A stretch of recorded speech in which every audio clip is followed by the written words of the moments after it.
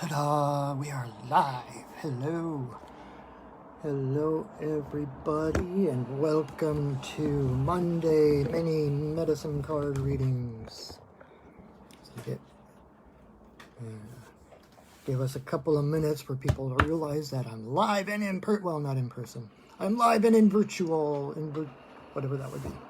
Hello, everybody. Welcome, and thank you for joining me. I am Patrick, your friendly neighborhood shaman, and we are here live, Facebook Live, to do some free medicine card readings.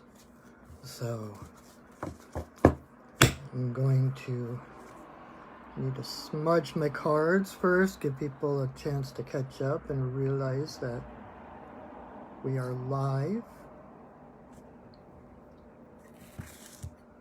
So smudge, smudge, smudge. We like to smudge, smudge, smudge, smudge. We like to smudge. Alright, here we go. Smudging.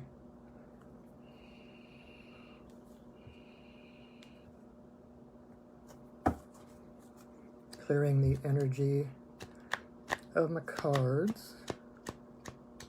I was fortunate to do quite a few readings over the weekend, which was great. And thank you for everybody who came to see me at Four Sisters Holistic Remedies in Renton, where my office is. I've started easing into doing in-person readings again.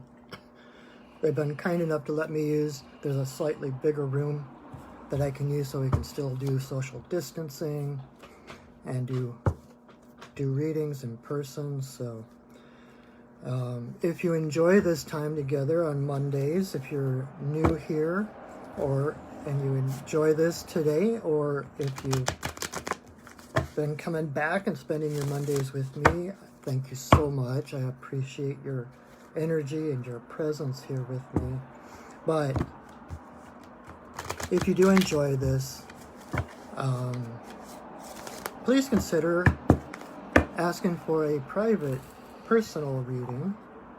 Because here, what we do here, if you haven't been here before, is I draw 6 cards, and then you choose a number, and so you get like just a miniature little boost, little guidance for the week, so to speak. But it's more kind of like when you look at your horoscope in the newspaper or something, right? It's kind of generalized and it's kind of brief, but in a personal reading, you get 5 cards or more. And they all play against each other. They all talk to each other and interact, and I can go deeper and more personal, more intimate messages from your animal guides. So please feel free. I love doing it, and I love my greatest joy is to empower others. If you have a reading with me and you do not feel empowered afterwards, then I have not done my job.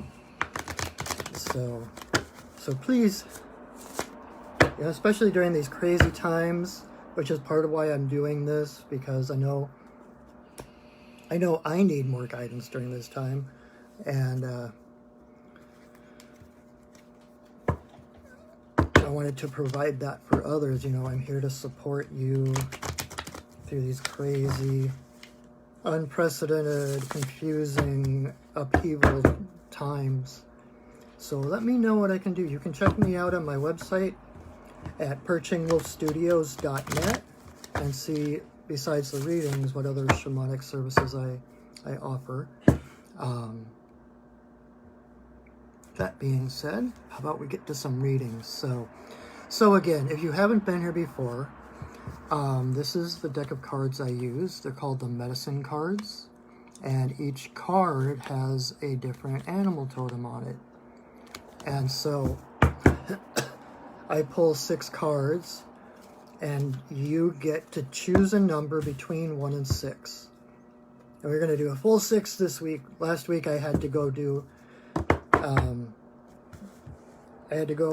a house clearing afterwards, so I only did 4 cards last week. But this week we're back up to our full power, full potential to 6 cards.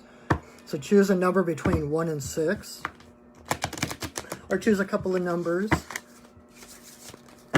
Or all of the numbers. And see what comes up.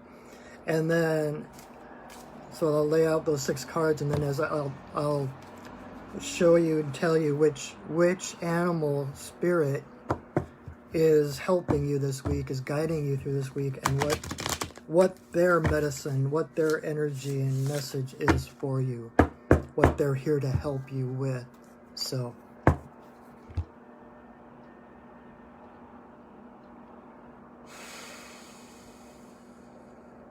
all right, here we go. I'm not even sure if there's anyone on yet. I haven't seen any numbers pop up. Oh, happy Indigenous Peoples Day. Maybe everybody's busy celebrating. 2, 3, 4. 1, 2, 3, 4, 5, 6, 7, 8, 9, 10, 11, 12. Do, do, do, do, do. Alrighty. Nice. Okay. So, you have your numbers chosen, 1 through 6. We have 6 cards up here, 6 beautiful animal spirits here to help us through this week. And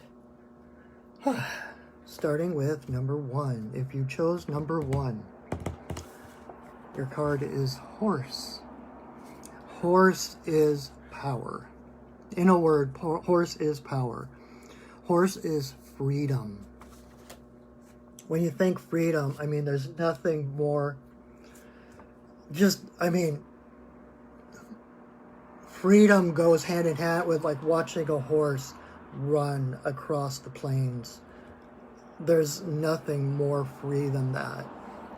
It's that power of knowing who you are, and in that exhilaration, it's like horses were built to run. It's what they do. It's not like us where we're like, I want to just sit on my couch and okay, well, I'll go for a walk, but I don't know if I want to run. And but horses are built to run. They want to run. Their joy is to run. It's like that's their purpose. And so when they are in their power, it's that exhilaration, that self-expression of who they are. They are so free in their being. And so that is what Horse is bringing you this week. If number 1 is your card, know that Horse is with you to help you expand, to help you feel that personal power of who you are. Your power does not depend on the opinion of anyone else. Your power does not depend on the actions of anyone else. No matter what is going on in the world around you, you are connected to Source. You are a part of Source energy. Divine light and love flows through you, and that's what Horse comes to free, that to open up those channels, to allow that divine spirit to move through you. And it's that divine spirit that carries you. It's like when you get excited about something, when you're passionate about something, and you have that one thing that you lose yourself in, that when you're doing that one thing, it's kind of like you lose yourself and find yourself at the same time, right? That's Horse. So Horse is here to help you find that thing, to focus on that thing that brings you that exhilaration. Because when you're excited, when you're passionate, you can do anything, right? It's like nothing can hold you back. You're carried by that energy. You have so much energy that it has to go into something, right? And in our world, and speaking from personal experience, when you're meant to run, when you're meant to have that passion and you get exhilarated and all that energy is flowing and there's no place to let it go, you're not like following through into the expression of that energy, doing your art, doing your whatever it is, that energy has no place to go. And so it like comes back at you, and it manifests as anxiety or depression or a whole handful of other things. So horse is about helping you expend that energy in a way that, rather than oppressing you, that energy carries you to your destiny. You know, horse was like the very first internet. Horse is, you can kind of liken horse to Hermes, right? The god of communication, because horse was the one that connected these isolated villages, isolated cultures, and opened up trade routes, made it possible for us to communicate and to trade with other communities. And so horse was the first one to help us expand into a more global community. And so when horse comes up, it's about expanding those horizons, like seeing what's over the horizon, seeing what new cultures, to explore new worlds, to go where no one has gone before. Bum, bum, bum, ba-dum, bum, bum. So horse is here to expand your universe, to know that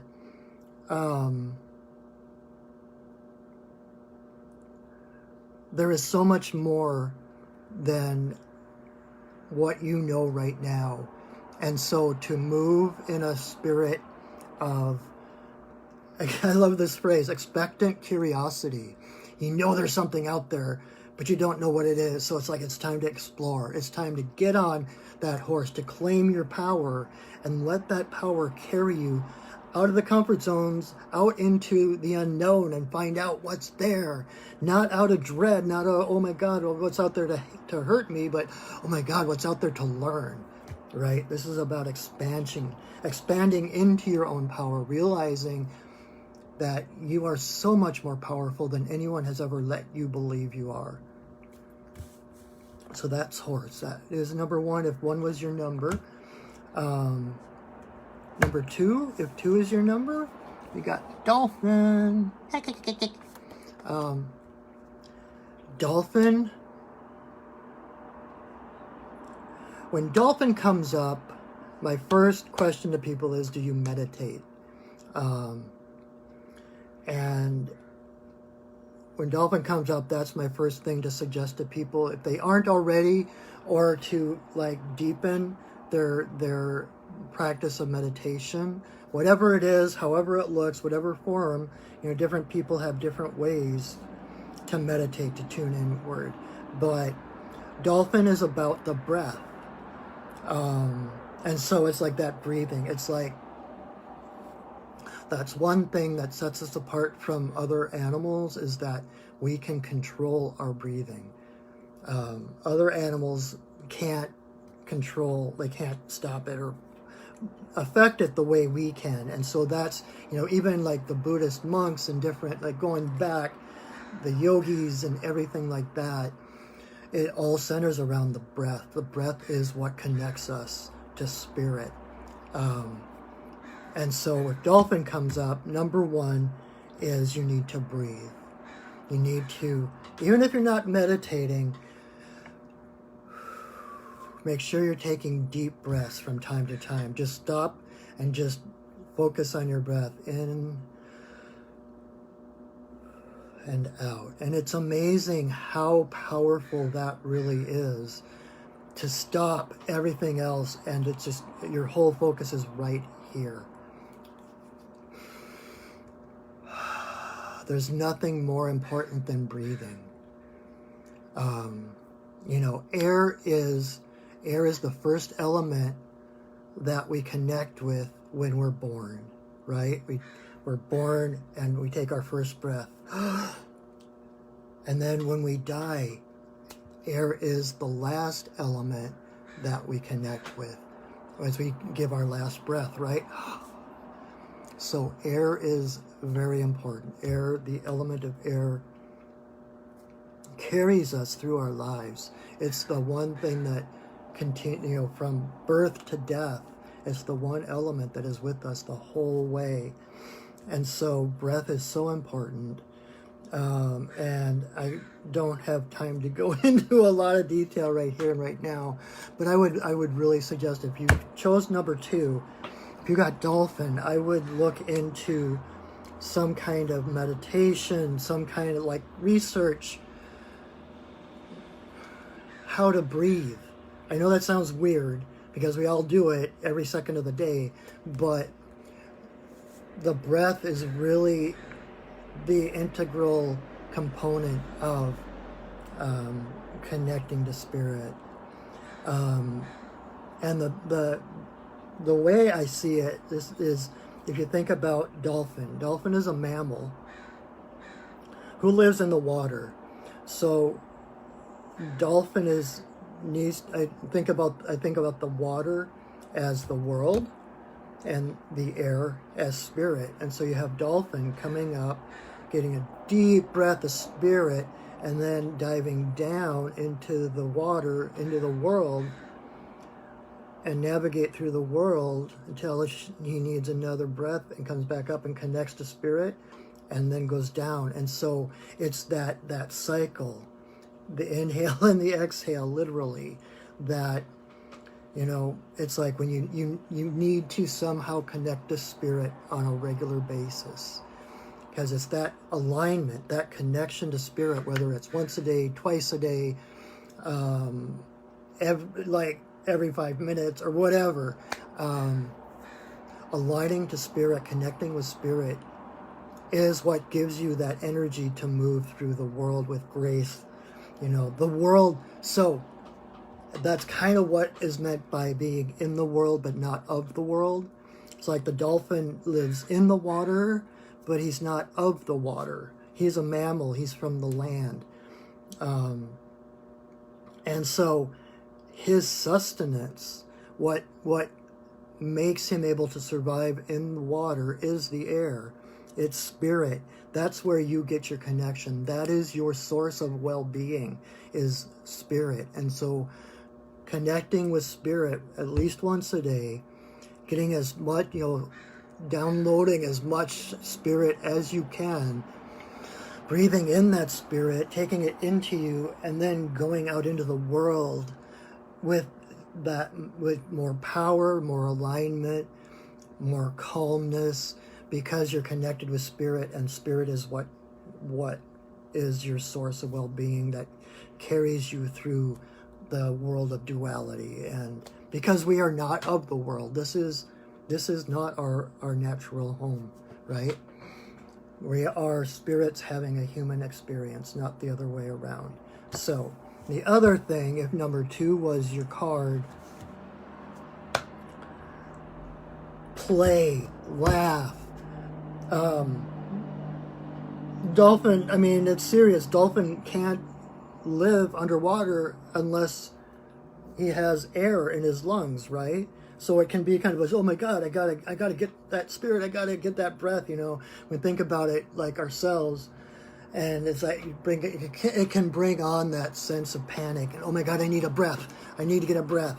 But when you slow down and follow the rhythms, the natural rhythms of your life, just like dolphin, the natural rhythm, breath, dive, breath, dive. It's a cycle, and when we follow that cycle, when we're in alignment with that cycle and surrender to that cycle, spirit is always there for us when we need it. We're always up there to get a breath when we need it. So that means that you can let go and you can enjoy yourself, because that cycle is natural. That is when you surrender. It's nothing you can figure out. It's nothing that you can contrive, right? But following your cycle, you just will naturally have those times of closer to spirit and closer to the world, closer to spirit. And so that allows you to play because you don't have to pay attention. You're surrendering to the cycle that's already there.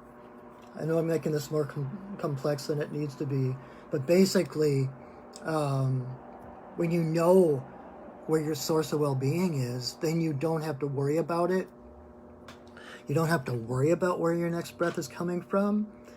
And so that takes you out of the survival mindset where you can thrive, where you can enjoy, where you can realize that you're in this world to enjoy yourself, to play, to explore, you know.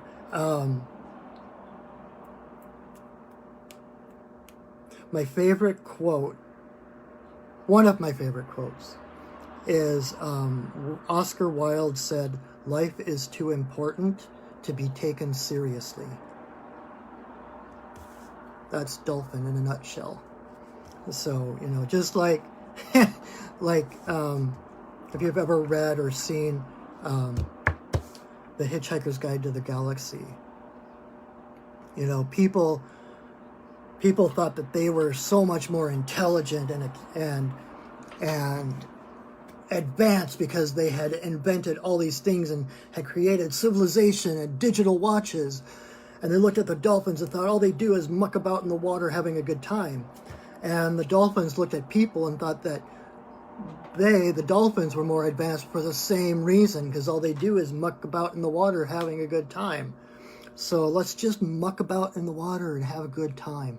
Muck about in the world, knowing that this is not your natural home, that this time and this space here is to enjoy ourselves. Like I was talking to someone, in my class the other day, we were talking about how we really are spirits coming into this world.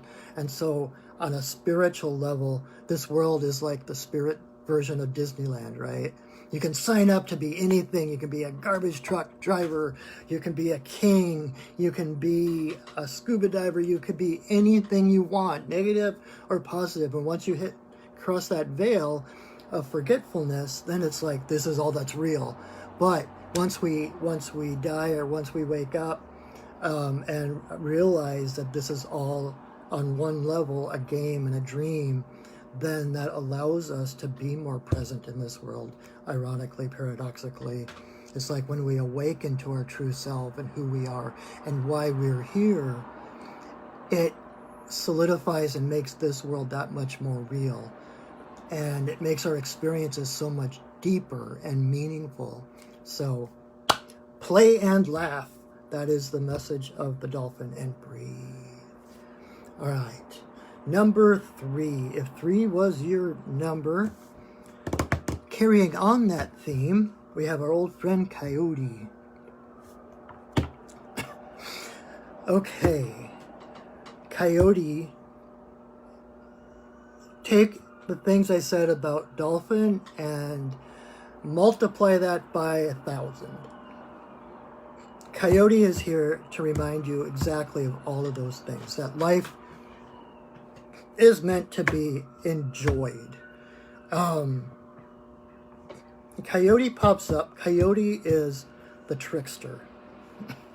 But trickster medicine is not bad. True trickster medicine is not mean-spirited. I mean, you do get people who think it's their job in life to kind of push everybody's buttons to get them to wake up, but they're not pushing their own buttons. They're just trying to find power in affecting other people. If they can make other people like upset and turn the screwdriver a little bit more on someone else, then they feel like they're doing an important job. But it's really, that is not coyote medicine. That's just poking the bear. True coyote medicine is basically, if you're taking life too seriously, coyote will come and nip at your heels, cause you to trip or whatever, trip over your own tail. Like Wile E. Coyote is a perfect example of coyote medicine, where you take things so seriously that it's like you miss the simple things and you get caught in your own trap, or you run into the face of the cliff that looks like it's a tunnel or whatever, because you can't see beyond the appearance. Coyote comes up to help us see beyond the appearance, to kind of disrupt our what's the word I want to say?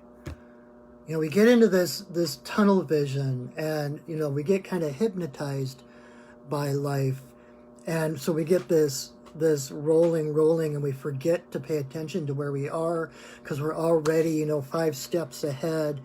And when that happens, that's when Coyote pops up to nip at your heels and make you trip so that you stop. It's to get you to stop and pay attention, to bring you back to the present. It's not to disrupt your life and to throw you under the bus and to make your life hell. It's kind of like this might be a controversial thing to say, but it's like all like the Black Lives Matters protests and all the different protests for Indigenous rights today during Indigenous Peoples Day. There has to be a level when things are just tooling along, nobody really thinks about where they are. Nothing changes because we get into that rut, right? And so we're just going in circles, and we have to stop that rut. We have to stop and disrupt that motion in order to become present to hear, to see, oh, we don't have to just keep doing the same old thing. We at this moment, we have an infinite number of choices of which direction to go. We don't have to just keep going through the rut. Let's go and explore over here. What if we did this differently? How would that affect my life? How would that affect the world? So it's like Coyote comes not to trap you. Trickster medicine is not about trapping people. It's about showing people that they have the key to the cage that they are in. Does that make sense? So trickster medicine is about freeing people, not about trapping people. So when Coyote comes, it's time to laugh, time to look at your life as though it was a sitcom. Like all the things going on, if you could step back and look at your life from a different perspective, as if you were watching it on TV, and say, oh my God, I can't believe, like if they had done that on Friends or something, that would have been hilarious. So like, it's about not taking your life so seriously, giving yourself breathing room, because it's when we surrender to who we really are that we have that power and that energy that carries us forward. So it's about, again, like this seems to be the most common phrase I use in my readings lately, but stand down. It's time to stand down. You don't have to be on the forefront of what's going on. You don't have to be hyper vigilant about what's going on in the world or in your own life. Take a breath. Take a breath. Stand down. Everything is perfect the way it is. And the way to make sure that you continue to move forward in a whole and healthy way is to take things lighter.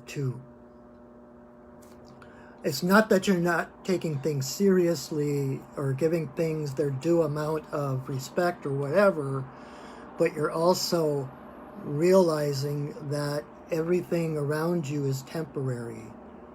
You are the only eternal thing in your life. You and your loved ones and other people. Our spirits are the only eternal thing in our lives. Everything else is temporary. Everything else is, on some level, an illusion. It's all smoke and mirrors.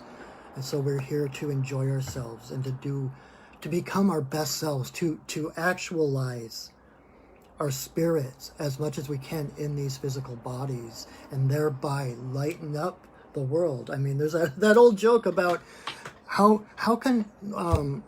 do angels fly? Because they take themselves so lightly.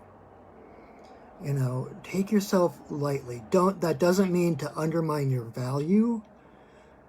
I cannot overemphasize your intrinsic value in the world.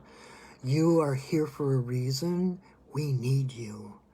I am so grateful, whoever you are, that you are here, because You are a unique expression of divine energy, and you bring in that unique frequency. You know, everything is energy, everything is frequency. So you bring with you this frequency that is unique, that wouldn't exist here if you weren't here. And so even if you were to do nothing your entire life, just the fact that you are here right now makes all the difference in the world. Just that frequency that you introduce into the world. And the more we can move forward, the more we can let go of the chains, you know, let go of all those things that we think hold us in, chain us up, all these obligations and expectations. The more free we are to let that natural light that we are to radiate and shine through these physical forms. And in that way, we heal the world. We raise the vibration of the collective. So never underestimate how powerful you are or how meaningful the world is because you are here. You do make all the difference in the world. Okay? All right. Number 4. So if you haven't been here before, I laid out 6 cards. If you're coming in late, choose a number between 1 and 6. I'm on number 4, but I will go back over all the cards at the end briefly. So if number 4 is the card you chose, you get alligator. Alligator is, again, it's so interesting because I'm doing these as individual cards, right? But as I read each one, it's kind of like they're building on each other. So the fact is, no matter what your card number is that you choose, you know, that's more your personal message. But at the same time, everything that you're hearing right now is a message for you as well. Does that make sense? Like the card you choose, that's kind of like a focus point for you. But everything else also, just the fact that you're hearing it, that I'm saying it, that you're being aware of these things, means that it's something, it's a message for you as well. So alligator is integration. Although alligator is so complex.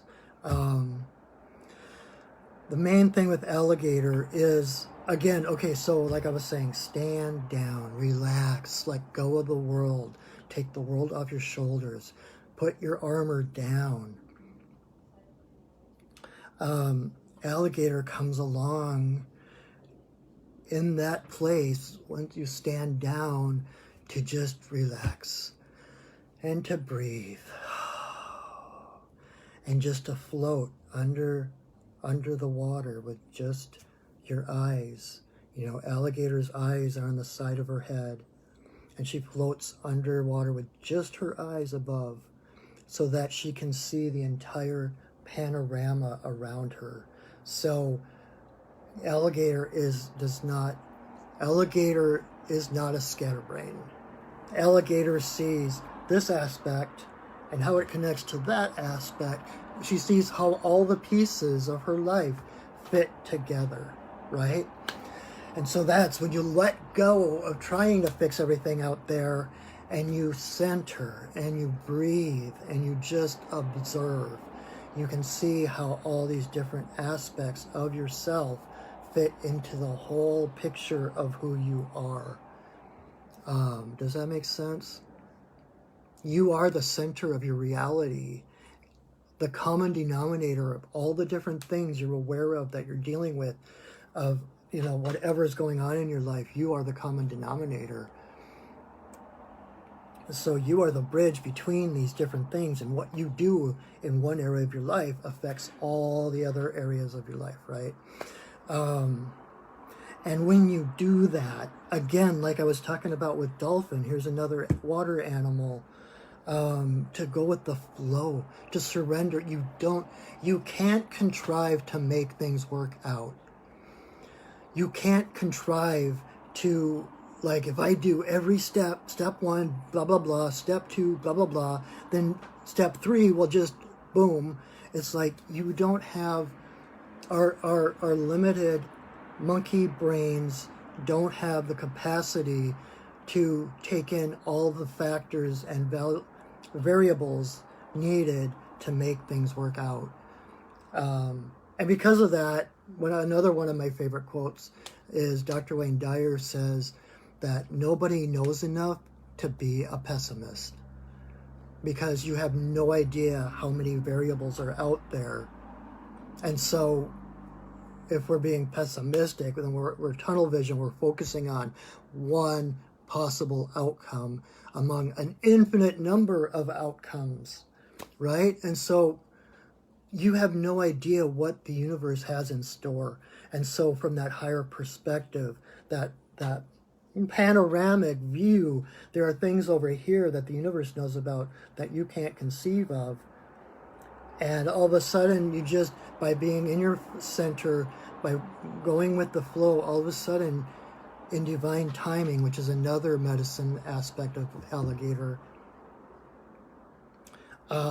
somebody shows up, miracles happen, people change, or people leave that are standing in the way, or people show up with that just right exact information you needed, or even just a newspaper, magazine article, something you see in a headline on the internet or whatever. The universe is always speaking to us. The universe has that bigger picture that we can't see. So move forward in the confidence that the universe is watching out for you. And when you do that, you will be amazed at the things that fall into line. Like alligator with that full perspective.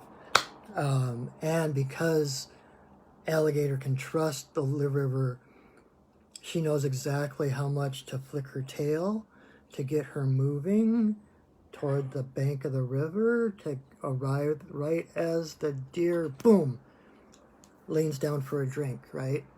So she's about divine timing. She's about, I mean, have you ever seen alligators spend most of their time sleeping on the bank, basking in the sun, mucking about in the water, having a good time? So there is nothing so far in these cards, and like, there is nothing here telling you to get going, push through it. It's all about let go, surrender. You are enough. And it's in that connection to spirit, to source, to goddess, that takes you through the world with grace and allows miracles to happen, right? Okay, number 5. If you chose 5 today, your card is Blue Heron. I love Blue Heron. She always shows up for me when I need to remember my, what's the word? It's like, I don't know if there is a word. It's like my independence. We can be independent together. It's like in the whole matrix of others in the world, like my independence, who I am as an individual, walking in my power, in my grace, and how that alone affects all those around me. So it is about independent together. What you said, independent. You are enough. Blue heron is a very solitary bird. The only time they really get together is during like a mating season or to mate and that kind of thing. But at the same time, like, that doesn't mean it's not that like rugged individualism that, you know, is like the American dream, whatever. I can do it on my own. It's knowing who you are, knowing yourself as part of the whole, but as that unique frequency that I was mentioning earlier. Because when, you know, Blue Heron is one of those, I have so many friends that I maybe talk to them or see them like once a year, 2 or 3 or 4 times a year, every couple of years. Like like a couple weeks ago, I got a call from my friend in South Dakota, one of the dearest people in the world to me. And I don't think we had talked for probably a couple of years. And she called me and we were on the phone. It was like no time had happened in between. It was like just we are so connected that we don't need to be so connected. That's the way heron is. When a heron meets another heron, they greet each other. They chest bump. They meet heart to heart. They have so much love. And they love each other so much. And yet that love carries them to seek their own individual path, to go out and then to come back. Again, another one of those cycles. Kind of the hero's journey in a way. It's like going out to find your fortune, find your purpose, to come back, to connect with home, with those you loved, and then go back out. So trust that you are whole and that you are loved, whether there's anyone else around you or not. Oh my God, there is so much love for us. I was just recently in this, in an online class with Sandra Ingerman and the theme was the dark night of the soul. It was like learning to go into the dark night and how to get the best out of it, like how to be nurtured, how to, rather than fearing it, how to actually go into it and utilize the resources there. And one of our journeys that we did, I might have said this before, I don't remember if I tend to tell stories over and over again, but one of the journeys we did was we journeyed to meet Gaia, to meet the spirit of Gaia, Mother Earth. And she gave us like 3 or 4 different things to ask Gaia about. And so because she gave us so much, she gave us like extra time, like almost double the normal time that we would journey for, so that we would have time to do all these different things, right? And I'm like, I've been doing shamanic journey for like 15 years, something like that. I'm going to just lickety-split. I'm going to go down. I'm going to get all that information and I'll be ready to come back. I went down and I met Gaia and I didn't get to a single one of those things. I spent the entire journey just crying because I journeyed down to meet Gaia and I found myself in this glade, woodland glade, and Gaia just kind of rose up from the ground. It was like the ground just like rose up into her form. And she was this beautiful, tall, round woman and made of rocks and plants and water and all this natural beauty.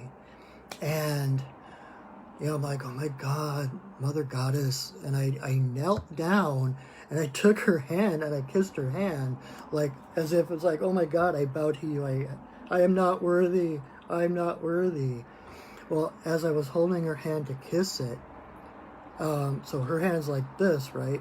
She just goes scoop and grabs my hand and pulls me into her, like boom, into her chest, which was like being pulled into this lush, rich, grassy field, and her arms wrapped around me, and they were all like soft, mossy, and there was that smell of that loamy smell of the soil and the grass just enshrouding me. It was like if someone had taken me and wrapped me up in like a strip of sod or something. It was just soft and beautiful, and I just started to melt, just started to cry, because, and I don't have words for this, but it was just this total and complete unconditional love. It was just like there was nothing else. There was no judgment. There was no words. It was just love. And if I could do anything, if I had the ability that, if I could give you that gift of what that felt like, oh my God, you would never doubt your worthiness to be loved again, because you are so amazingly, unbelievably loved by the universe, by Mother Earth herself. And when we got the, so I spent 20 minutes in her embrace, my cheek against her soft, grassy chest, my tears just evaporating into her, just wicking into her. And then we got the callback beat on the drum that it was time to end the journey. And so it wasn't until that point, like, oh crap, the journey's over, I better talk to her. And so at the last moment that I had possible, I just asked, what is your message for me? And she told me, love yourself the way that I love you. And I just got chills. So love yourself the way that Gaia loves you, the way God loves you. God is love, right? There is no judgment. There is no wrong. No matter what you have done in your life, who you are is greater than anything you can do. Everything you have done has been for the learning experience of it. And that, instead of getting trapped in the past, reliving those mistakes, they come at like, oh my God, I don't like the way that felt. I don't like who I am doing that thing. So I'm going to make a different choice as I move forward. So it's like, Spirit does not judge you. When I like, throughout this whole pandemic, I know this is going to be a really long one today, I think. Thank you for your perseverance and staying with me.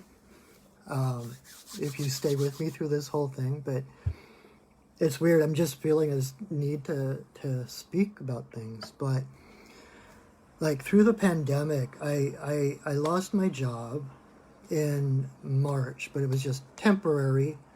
And then later in July, it became permanent. And so I've been wrestling back and forth all my human worries and needs and confusions, trying to figure out what's the right thing to do, oh my God, what am I going to do? How am I going to earn my living? Who am I? Am I doing the right thing?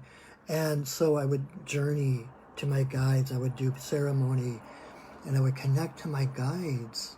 And the one in particular, White Buffalo Calf Woman, has been like really my point person for many years now. And finally, at one point, I usually when I talk to her, I see her floating up ahead of me someplace or something. And she came down and knelt on the ground in front of me where I was sitting cross-legged. And she actually put her hands on my face, and she was like, you are the only one here that is judging yourself. We all see you for who you are. We treat you as another divine being just as we are. She's like, the divine light that you see in us is also who you are. We are not judging you. Like, see yourself the way you see us. See yourself the way we see you. Look at yourself through the eyes of Spirit, knowing that there is no judgment. Because I'm always like, am I doing the right thing? What am I supposed to do next? Blah, blah, blah, blah, blah, blah, blah. Oh, I'm so bad. Oh my God, I didn't do that. Oh, I didn't follow through with that. And they're like, give yourself a break. See yourself the way we see you. And her exact words were, treat yourself the way we treat you. You have never done anything wrong. You have never done anything irredeemable. Redemption is always not only possible, but it's the next step. You know, it's one of my, oh, where'd he go? I have my little altar here, but I've been shifting it around. So, okay. I don't know. Oh, there he is. So, part of my personal mythology, there is an anime character, a Japanese cartoon character that has so much meaning to me. This is Kenshin, Rurouni Kenshin. And he's a samurai. And in the historical background, it was during the Edo era when the Western technology and way of life was taking over Japan, and everybody was shifting from the feudal way of doing things, the traditional way. And Kenshin was a samurai who did a lot of fighting in that war.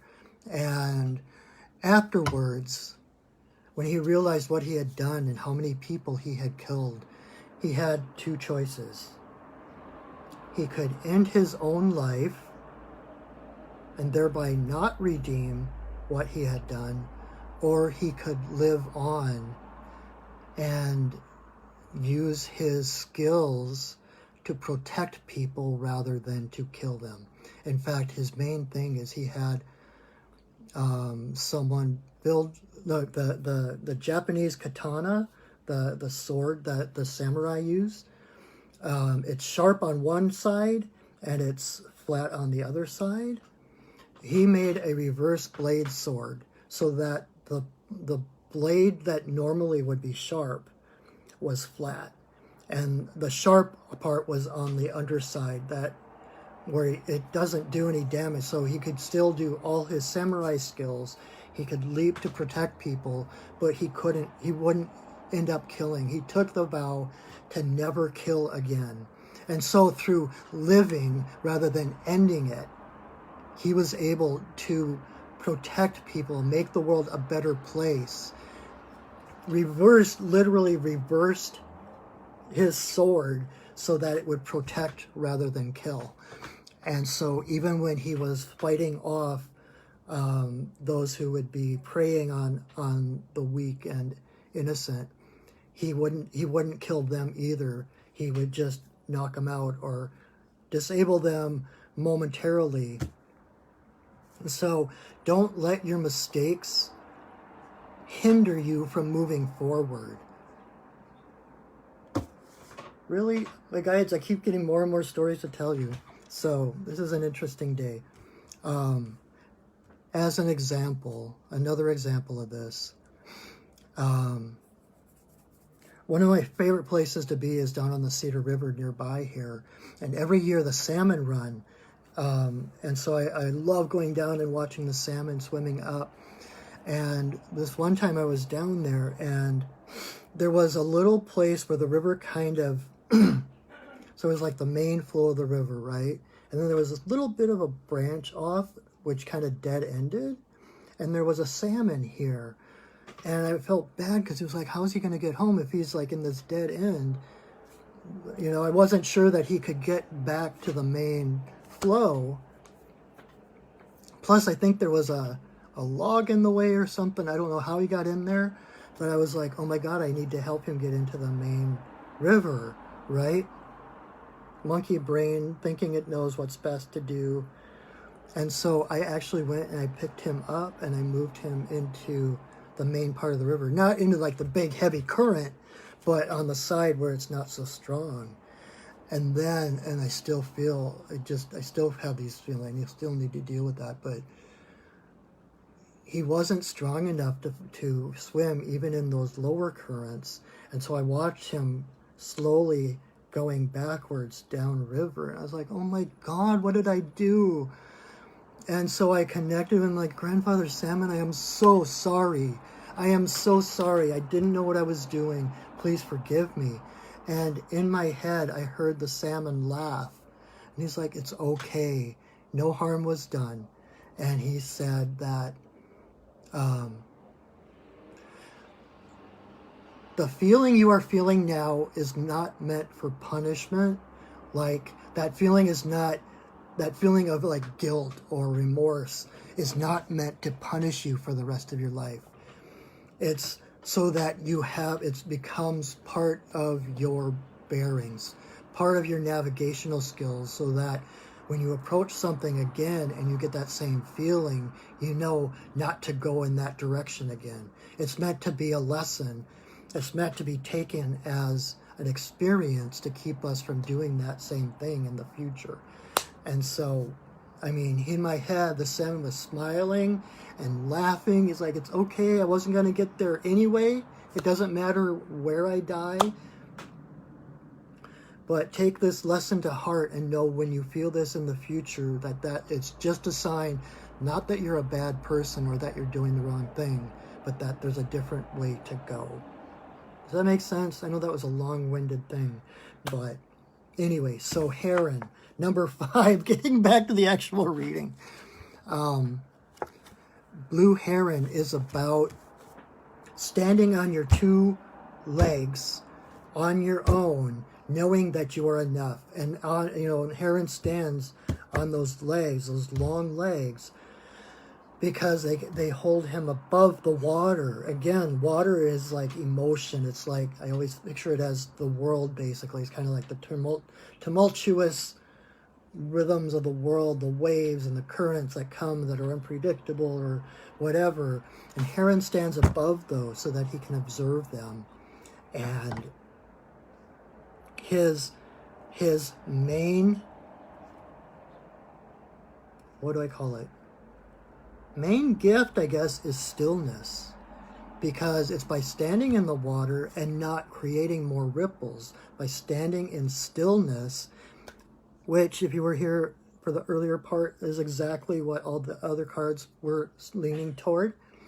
But it's that stillness that allows him to be above the water without affecting the water. And so, because like Ellen Watts says, you can't take a flat iron and flatten out the waves. The only way to let the water calm and clear is to stay still in yourself.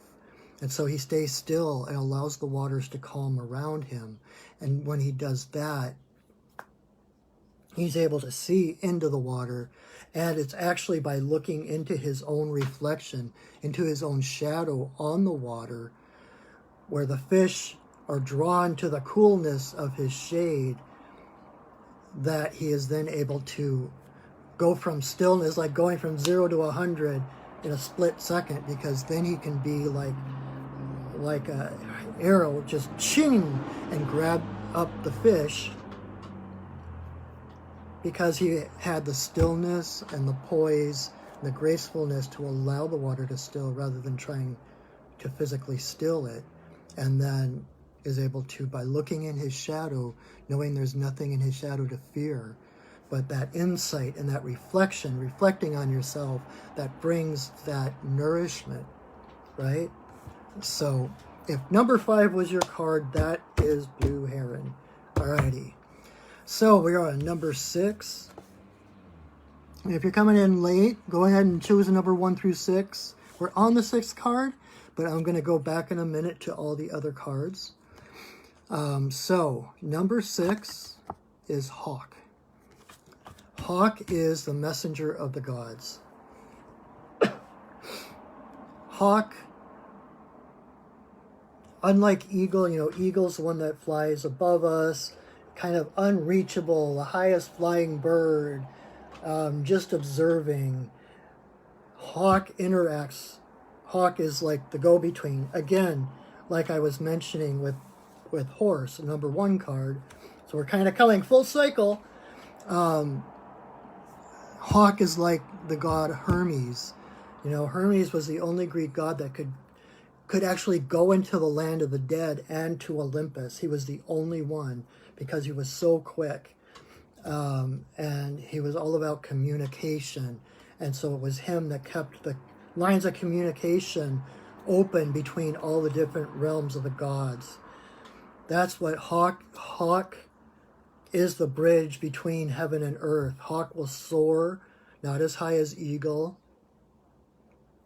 and see a rabbit and dive and get the rabbit, dive to earth, and then feed himself and then back into the sky. So it's this constant up and down, give and take, kind of like dolphin, that up to get a breath of spirit and then down to navigate through the world. So when Hawk shows up, if that is your card, number one, the universe is speaking to you. And like I said earlier, the universe is always speaking to all of us.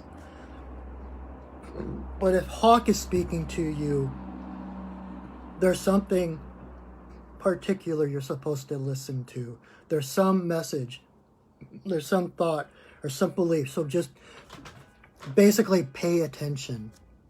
There's a number of, I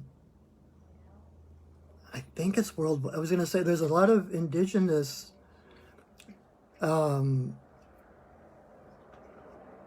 traditions about when you hear a hawk cry, stop and pay attention, because the gods are speaking to you, the spirits are speaking to you. So it's like when the hawk cries, it's like, okay, stop. What was the last thing I thought? What was the last thing I said? Because whatever that last thing was is important for you to remember. Or the last thing someone else says, someone else says something, and then the hawk appears. It's like, okay, that was a message from the gods. And it's kind of like, I know there's also some kind of Zen and Buddhist traditions. Actually, I think there's an app for phones where it just randomly a bell will ring on your phone, and when you hear the bell ring, it's time to stop. It's a way to help practice mindfulness, because every time you hear a bell ring, it's like, okay, stop. What was just said? What did someone say? What did I just see? What did I just think? What just happened? And so it creates that mindfulness that, oh, the universe is speaking to me. Something important just happened. So, I mean, use that even if there's no hawks around you. Every time you hear a bell, know that besides an angel getting its wings, that the angels are talking to you, that there's something important. Pay attention. Something either that was just said or something that's about to be said is really important. So that's the first thing. Pay attention yourself to what messages you're getting. Number two, whether you know it or not, you too are a messenger of the gods. You too are a messenger of spirit. So give yourself the benefit of the doubt. Know that what you think, the words that come into your head, a lot of times, if this is your card, if this is your medicine, I would venture a guess that you get thoughts in your head out of nowhere. You get words in your head out of nowhere, especially like coming up in like conversation or different things. Like someone will say something and you'll have this thought from nowhere. You have no idea where it came from. It's not something that you might have thought, but especially those ones that just pop up instantly, like without having to think about it or comprehend anything. It's just like, boom, it's there. That is a download from spirit. That means you are a messenger of the gods. Now, the tricky part of that is discernment, because even just because you are an open channel to the universe doesn't mean that it's appropriate to speak the words. Does that make sense? It's like, it's kind of like this image of the Hot Wheels cars. You know, I mean, they had the tracks and then you had the Hot Wheels going around and you would push the lever or whatever to keep them going, and you had to time it right. If you did it at the wrong time, it would stop the car rather than push it through. And so your words are like that. Like sometimes you get feelings, you get words, but if you spoke them too soon or to the wrong person, it actually might hinder growth rather than help it along. So, and this is not to make you like more self-conscious. That don't start double thinking yourself, but trust your heart. Trust your heart on whether it's the right thing to say. I know a few psychics. That's one of the benefits of being a shaman, is I have a lot of psychic friends and readers and stuff. But I know a few psychics who think, well, I'm a voice of spirit, so if something comes to me, I just need to blurt it out. But that isn't healthy. Number one, that can be, you can see that on the same level as kind of like evangelism, where you're like, oh, I need to just speak this out.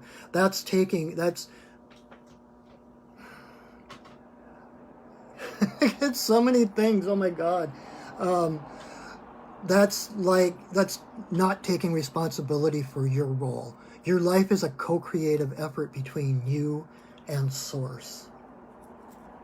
And Source will give you ideas. Source will give you messages, not necessarily to be spoken forth to the other person, but just for your own learning, your own insight, your own sense of validation, to know that you can trust those messages, right? But like, I had a psychic friend. I was with her one time, and we were just out in public somewhere, and all of a sudden this woman walks by, and my friend like stands up. It's like, oh my God, I just need you to know that there's something that's gonna happen right now. It's gonna be really scary, and really it's gonna be really bad, really scary. And you don't know you're gonna get through it, but you will. I promise you'll get through it. And it's like, that is not helpful, right? That is throwing. Someone is at this level, and you're all of a sudden throwing them into the deep end of the pool, right? When all they know how to do is tread water. So it's like, oh wow, okay, and you acknowledge it, right? And once you acknowledge it, I'm trying to call on my own experience, but once you acknowledge that you know something that you're not supposed to know, or you know something about this person, once you acknowledge it, if that feeling or the message starts to fade, then you know that it's not meant to be spoken, right? But if you're talking to someone and this feeling keeps coming up and won't go away, it keeps kind of needling you, then you know that, okay, I need to say something. But then again, like, one thing that I have learned over and over and over again is that when we're helping when we're doing psychic work, readings, healing work, whatever it is, that we tell healing stories. We tell things in a way that empowers the other person. We don't need to scare them into changing their lives. It's like giving them options, giving them the choice, because that's where they grow. Growth is in the choices, right?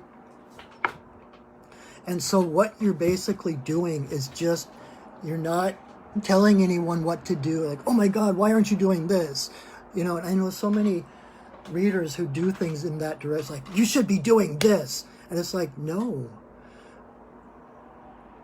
Again, going back to your spirit guides and how your spirit guides treat you. Your spirit guides will never be upset at you for doing something or not doing something, because they're there for you where you are, wherever you are. It's like a GPS system. It's like you make a wrong turn, they like, okay, rerouting, and they direct you back to the right road. That's what we do as healers and light workers, is we nudge people back under their own power to get back to the right road. We don't pick them up and set them in the right road, because we don't know what their life challenges are, what their purpose is, what their mission is in this world. We're here to lend guidance and nurturing in whatever way we can to help them say, oh yeah, I think that road over there is a good one. I want to go check that out. That's the healing story. It's like And it comes back to that namaste thing with the divine in me greets the divine in you. As a light worker, as a healer, as a shaman, I am not any better than anyone else. I don't know better than you what's right for you. My only job is to tell you what I see. If you come in for a personal healing or a reading or whatever, my job is not to fix you. My job is to give you a bigger picture, to give you, I'm practiced in seeing bigger pictures and making different connections than you might, to see things connected in ways that you might not see. And so to help you to get back to that road of empowerment to where you are in charge. It's not my job to judge you or to say, oh, you should have been at this point already. What are you doing back here? You should be up here. That's not for me to say. That's not for anyone to say. So if you ever go to a healer or a reader or someone who gives you that kind of a feeling that makes you feel bad because you're not where you're supposed to be or whatever, never go back to them. Wow, that was a really strong statement. But it's not for your, we need support, not derision. We don't need more judgment. We have been judged our entire lives. So listen to the message and see how it resonates with you. Even if someone gives you a message, like, okay, so I did have someone one time that was supposedly channeling my spirit guides. And she said exactly that. Well, we thought you would have been further on by this time. I'm like, that is not the way spirit works. And I seriously got so pissed off. I'm like, oh my God, you don't know what you're talking about. Because I was like, I don't know who you're tuning into, but your spirit guides will never, ever, ever say that. Your spirit guides are there to support you where you are, no matter where you are, because there is no agenda. You are the master of your life. It is a co-creative venture solely between you and Creator, however you see source energy. That is the only authority. No one else, no matter how important, how enlightened they are, nobody knows better than you. So listen to your own guidance and trust it. Try it out. Take it around the block, see how it goes. And just practice listening. And then practice the discernment. It's not something you have to do overnight. Like, oh my God, I was just this patent worker and all of a sudden I'm this worldwide genius like Einstein or something. It's like, Spirit will always guide you according to your own flow, where you're supposed to be, and it will never, ever make you feel like less. The whole point, like my spirit guides, like the story I told, it's like, see yourself the way we see you. We see you perfect. We don't see anything worth judging here. You are perfect. And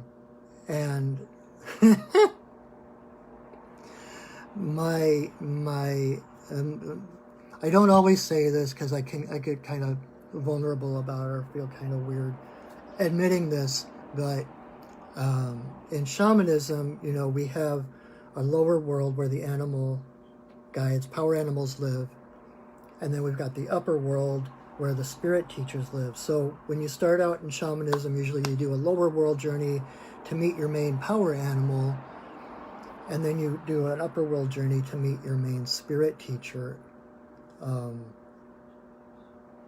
So when I did that 13, 14, 15 years ago, whatever it was, my very first shamanic journey class, I went to the upper world, and I was expecting, one of the gods or like some, I get up there and it's like, it looks like Mount Olympus You know, there's all these benches and stone pillars and Roman baths, and there's deities walking all over, like, oh my God, I wonder which one's going to be mine. Oh, cool. And then I look over, and on the stone bench to the side is Mr. Rogers, sitting on this stone bench in Olympus. And so I looked over at him and was like, are you my spirit teacher? And he's like, yeah. Actually, I was like, Mr. Rogers, are you my spirit teacher? He's like, yeah, and you can just call me Fred. And so I went and sat on the bench with Fred in Mount Olympus, and he has been my spirit teacher since then. And so I don't know. I don't say that it's not like, woohoo, you know, to like brag or anything, but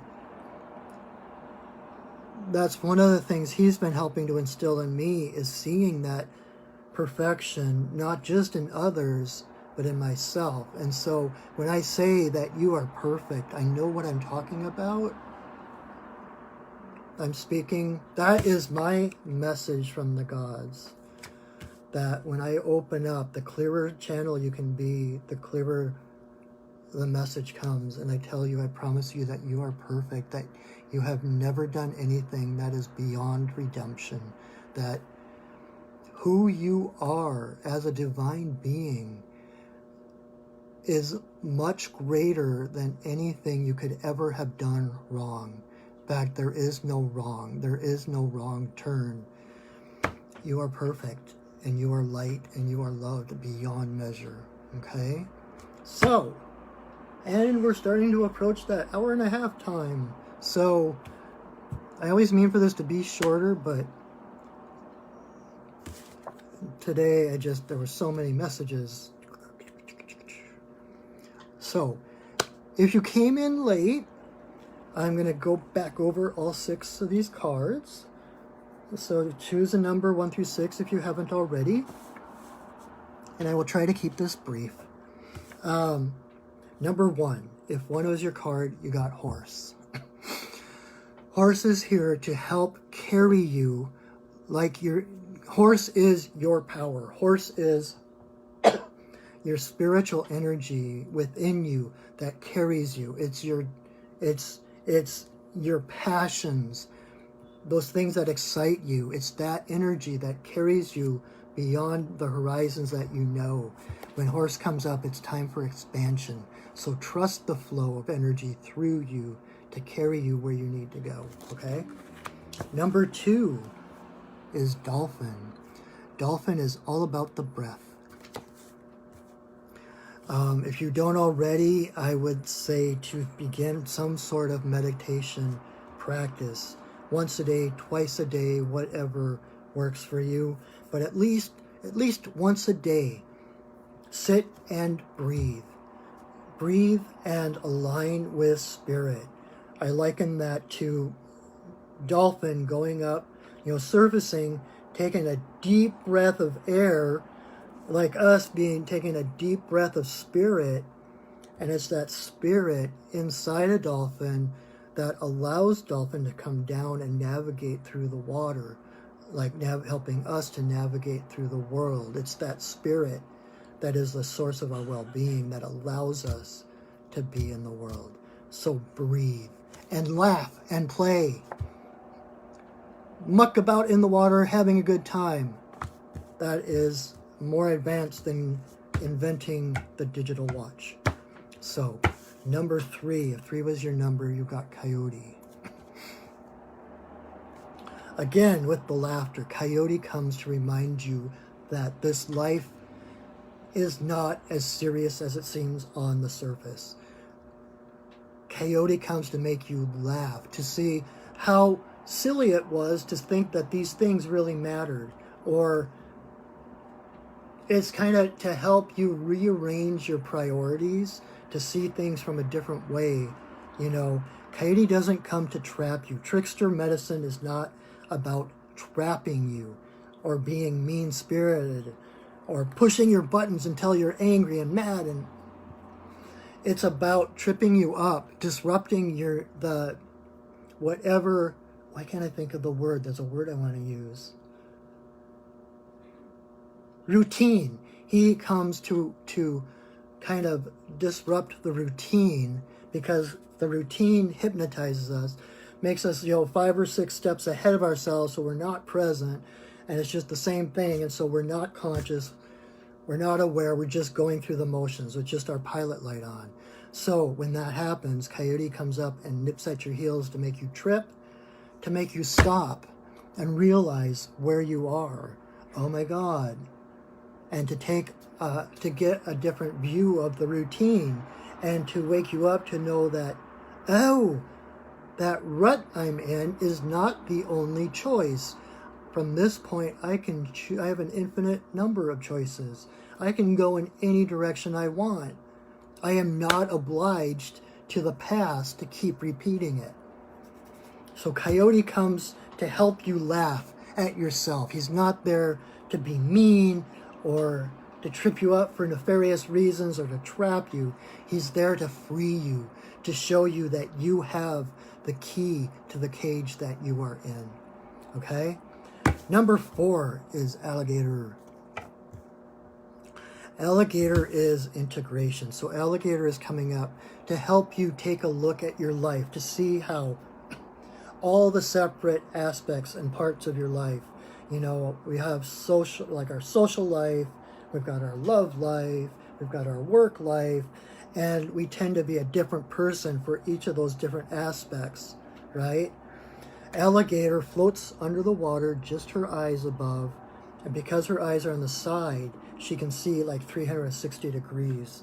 So she sees all these different aspects, and she sees how they all fit together in one fluid vision. So if Alligator is your card, again, like Dolphin, take a breath, breathe, disrupt your routine with Coyote, and take a look at where you are, and take a look at the entire picture, noticing how all those parts fit together, and how you just happen to be the common denominator of all those different aspects, and how you are the center of your reality. And so you get to decide how to navigate all that whole panoramic view. All right, number 5. 5 is Heron. Heron is about the strength. What was the word? Did I actually find the word I was trying to find earlier? There was a word on the top of my mind and I couldn't remember, and now I can't remember it again. But it's like the strength of you as an individual, the unique medicine that you came with, the unique path that you are walking. That doesn't mean, Heron is very solitary. That doesn't mean that Heron is loveless. Heron, there is so much love in Heron's heart. When he meets another Heron, it's like they literally physically bump chests. They meet heart to heart. And then they go their separate ways again, because that love is enough. That love for themselves goes on their own path. And then when they meet up again with their friends or loved ones, it's like no time has gone by. So it's knowing that you are not alone. As you might seem, being solitary doesn't mean that you are alone, that you are abandoned. You still carry all that love with you, all that love within you. But you stand on your own 2 feet, and these long legs like Heron that raises Heron above the tumultuousness of the water, the currents and the waves of the world and life.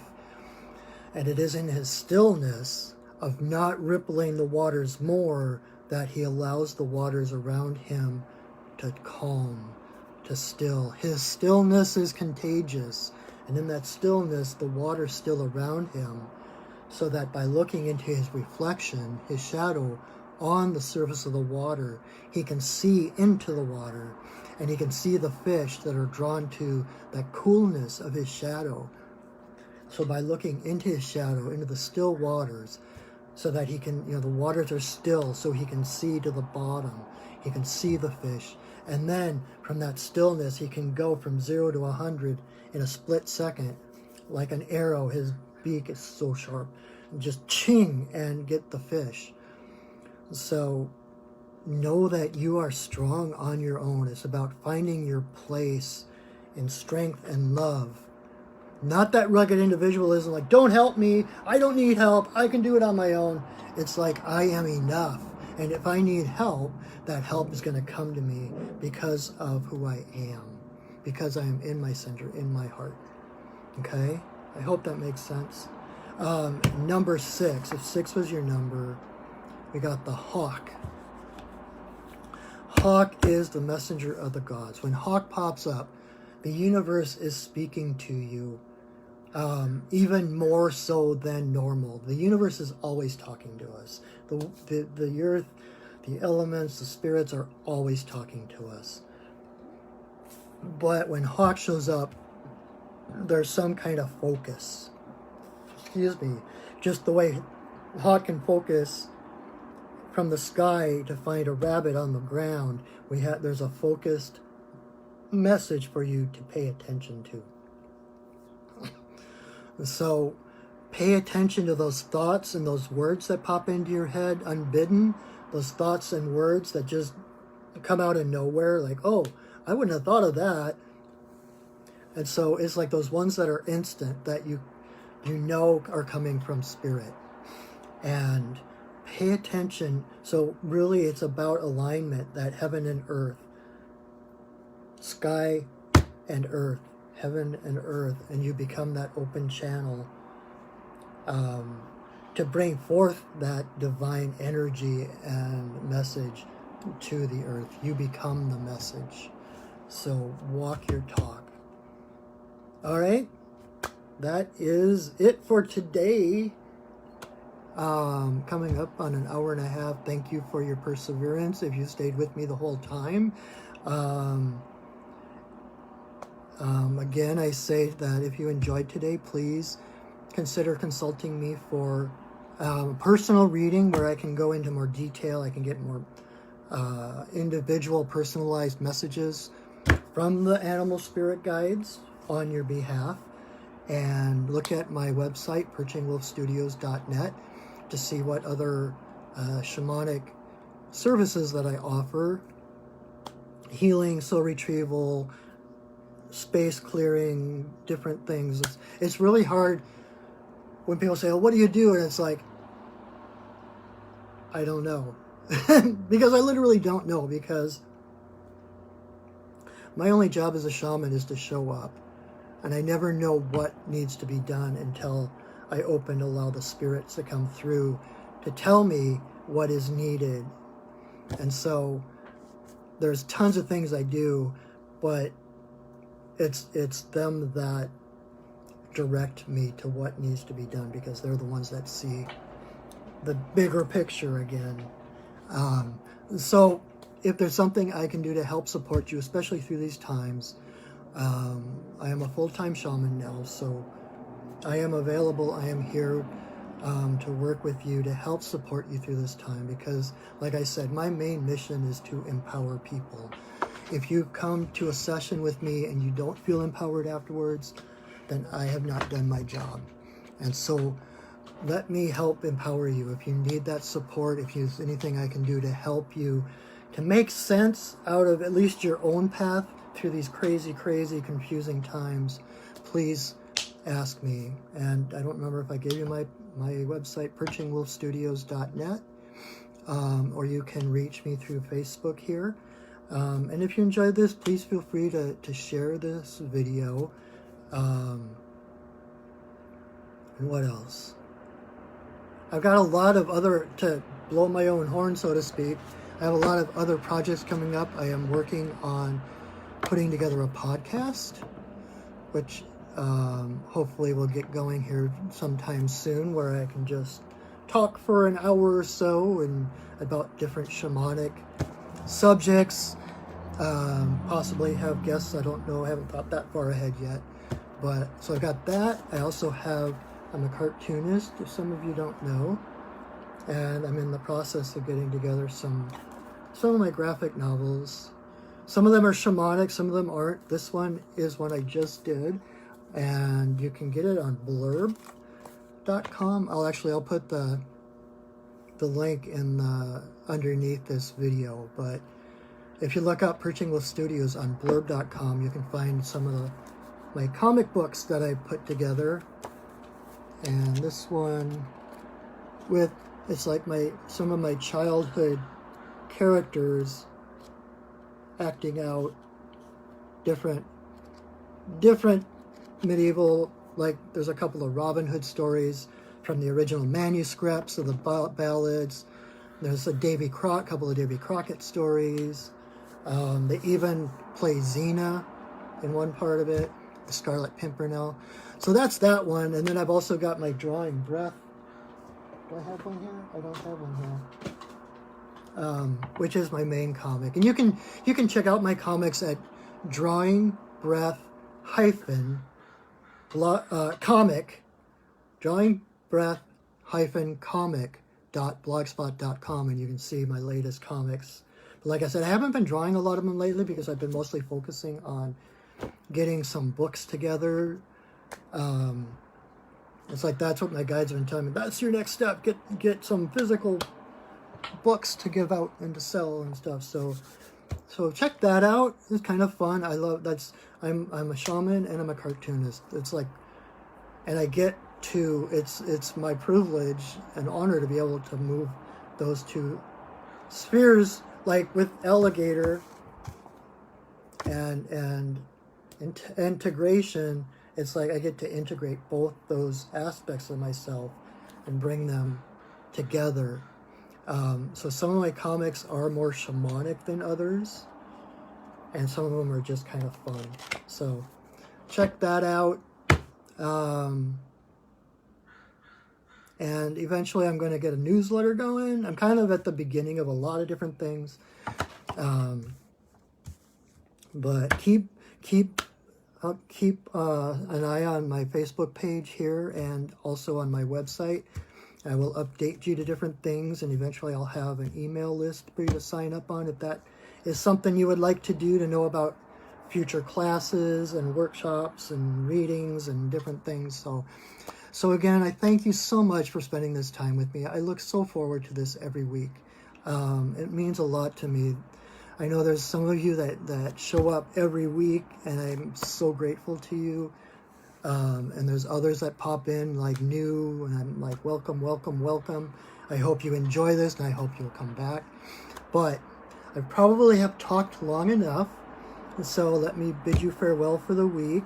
If you need more guidance through the week, you can re-watch this. I will put this video up on my Facebook page.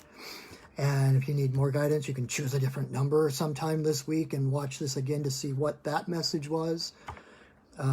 But anyway, I am here for you. Know that I love you, that I see you, and that I honor you. So take care of yourself this week, and I hope to see you next week, if not Wednesday night at 7 o'clock.